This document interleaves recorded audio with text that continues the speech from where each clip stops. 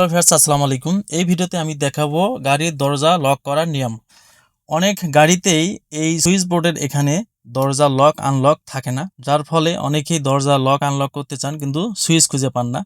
তো কিভাবে আপনার যে কোনো গাড়িতে যদি এখানে সুইচ না থাকে তাহলে কিভাবে দরজা লক আনলক করবেন সেই বিষয়টি এখন আমি দেখাবো। স্ক্রিনে খেয়াল করুন।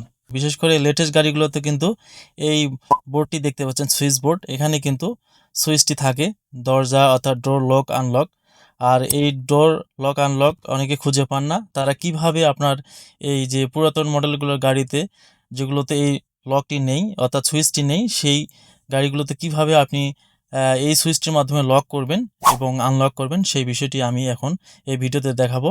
আশা করি আপনি খুব সহজে আপনার দরজাটি লক করতে পারবেন এবং আনলক করতে পারবেন। আপনার গাড়ির দরজা লক আনলক করার জন্য এখানে সুইচ বোর্ডে সুইচ খুঁজবেন, যে ডোর লক আনলক যদি না থাকে তাহলে অবশ্যই উপরের দিকে আপনার ড্রাইভিং সিটের ডান পাশে যে দরজাটি অর্থাৎ দরজা খোলার যে হ্যান্ডেলটি রয়েছে তার উপরে ঠিক এখানে ছোট্ট একটি লক রয়েছে।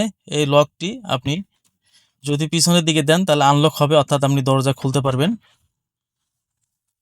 আর যদি আপনি এই লকটি সামনের দিকে দেন তাহলে কিন্তু লক হয়ে যাবে, অর্থাৎ দরজা আপনি আর ভিতর থেকে আপনি ব্যতীত কেউ খুলতে পারবে না।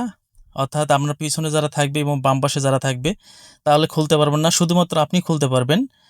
আর যদি লক করার পর এছাড়াও এই লকটি করা থাকলে বাহির থেকে কেউ আপনার দরজা থেকে শুরু করে বাকি যে আরও দরজা রয়েছে সেগুলো কিন্তু খুলতে পারবে না। অর্থাৎ অনাকাঙ্ক্ষিত কেউ যদি আসে দরজা খুলতে তাহলে আর কেউ খুলতে পারবে না।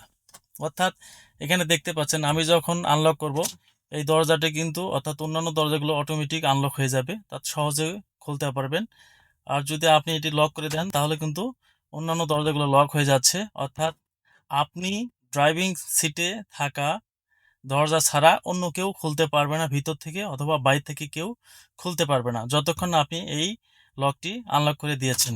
আশা করি আপনারা বুঝতে পেরেছেন যে কিভাবে যে কোনো গাড়ির দরজা লক আনলক করবেন। ভিডিওটি যদি ভালো লাগে অবশ্যই একটা লাইক দিবেন, শেয়ার করতে ভুলবেন না। আর এই ধরনের ভিডিওগুলো পাওয়ার জন্য চ্যানেলটিকে সাবস্ক্রাইব করে বেল আইকনটি বাজিয়ে রাখুন। ভালো থাকবেন, ধন্যবাদ। Thank you for watching the video.